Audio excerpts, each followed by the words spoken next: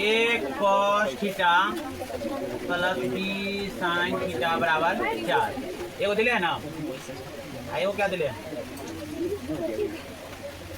ए sine theta plus b cos theta बराबर 3। A cos theta plus b sine theta बराबर 4। दोनों तरफ square कर सकते हैं। A square cos square theta plus b square sine square theta plus 2 a b sine theta into cos बराबर 4 का 16। इसको समीकरण 1 मान लीजिए पुनः a sine theta minus b cos theta बराबर 3। दोनों तरफ स्क्वायर इसका भी कर देना।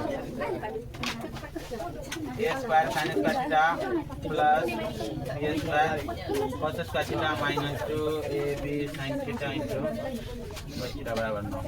इसको समीकरण 2। अब समीकरण 1 और 2 को जोड़ लेना। चुप चुप क्या हो जाएगा? A square cos square theta plus b square sine square theta plus 2 a b sine theta into cos theta बराबर 16। और दूसरा a square sine square theta plus b square cos square theta minus 2 a b sine theta into cos theta बराबर 9। अब ये से ये क्या हो जाएगा? खत्म, दोनों को जोड़ देंगे। अब क्या होता है? साइन के साथ रख देंगे।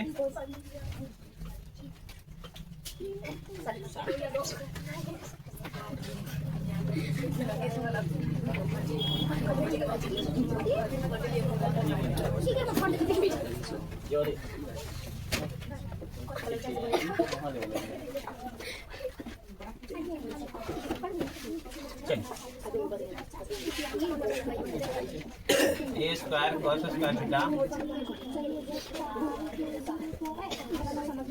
Plus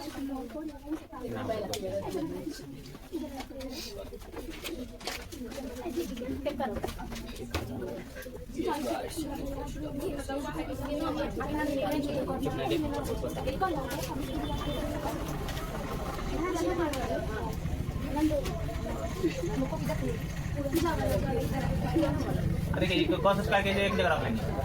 a square cos square plus a square sine square theta plus b square cos square बराबर 16।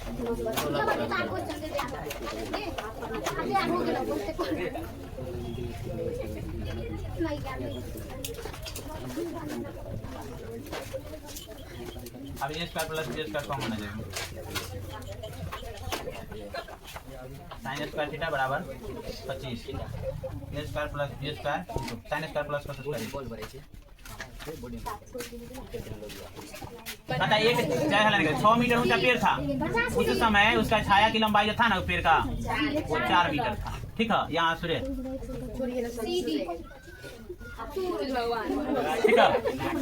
अब देखिए उसी समय क्या है कि एक 50 मीटर कितना मीटर ऊंचा था खंभा पता नहीं, लेकिन छाया की लंबाई जो था ना उसका 50 मीटर था। ठीक है, तो कहता है इसकी ऊंचाई बताइए। अब बताइए तो ये 90 डिग्री है तो 90 डिग्री हो जाएगा। देखो एक ही समय में कोई भी बड़ा हो या छोटा हो, ठीक है, उसका उन्नयन कोण हमेशा एक समान होता है। एक ही समय में, हाँ, बड़ा वृक्ष हो या माने बड़ा पौधा हो, माने बड़ा खंभा हो या छोटा खंभा हो, ठीक है, सूर्य द्वारा हमेशा जो कोण बनेगा ना यहाँ छाया के शीर्ष पर वो एक समान बनेगा। ठीक है, तब बताइए दो चीज समान हो जाएगा तो समरूप हो जाएगा। दोनों चीज समरूप हो जाएगा। और जब समरूप होता है तो संगत हो जाए एक ही अनुपात में होता है। तो इसको मान लेते हैं करके ले लेते तो ये ऊंचाई 6 है तो ये ऊंचाई कितना होगा? 1 होगा, 1 होगा ना। आयने का आधार 4 है तो ये कितना होगा? 50। 2 दूना 4, 3 दूना 6, 25 दूना 50, 25 दिया 75। एक मीनार था, ठीक है, इसका उन्नयन कोण जो है ये कितना था? 30 था। कितना था जी? 45 से 60। 45 था, ठीक है, लेकिन घट का कितना हो गया? 60। घटा है हाँ तो बढ़ भी नहीं गया। तो दूरी कितना हुआ? घट का 50 मीटर दूरी घट गया। ठीक है, ये थीटा का मान बदलने के कारण 50 डिग्री क्या हुआ? घट गया। इसको डी मान लेते हैं, इसको एच मान लेते हैं। अब इस तरीका के लिए फॉर्मूला है क्या? डी बराबर H into cot theta 1 minus cot theta 2। ठीक, ये फार्मूला होता है। डी का मान कितना 50, एच का मान पता नहीं, कॉट थीटा 1 आपका ये हो जाएगा कॉट 45 और कॉट थीटा 2 आपका ये हो जाएगा कॉट 60।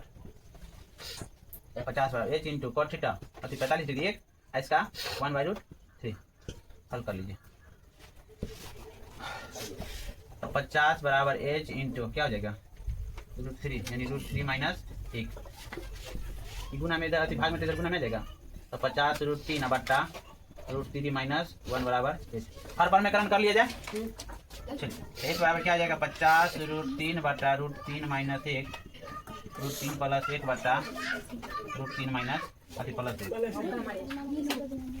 तो 50 √3 इंटू √3 माइनस 1 बट्टा कितना हो जाएगा √3 का स्क्वायर माइनस 1 का स्क्वायर।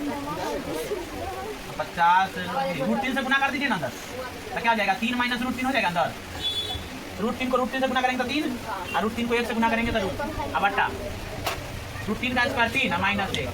तो 50 इंटू 3 माइनस √3 बट्टा क्या होगा 25 इंटू 3 माइनस √3। अगला देख लीजिए प्लस से माइनस था ना यहाँ प्लस का सॉरी यहाँ पर प्लस हो।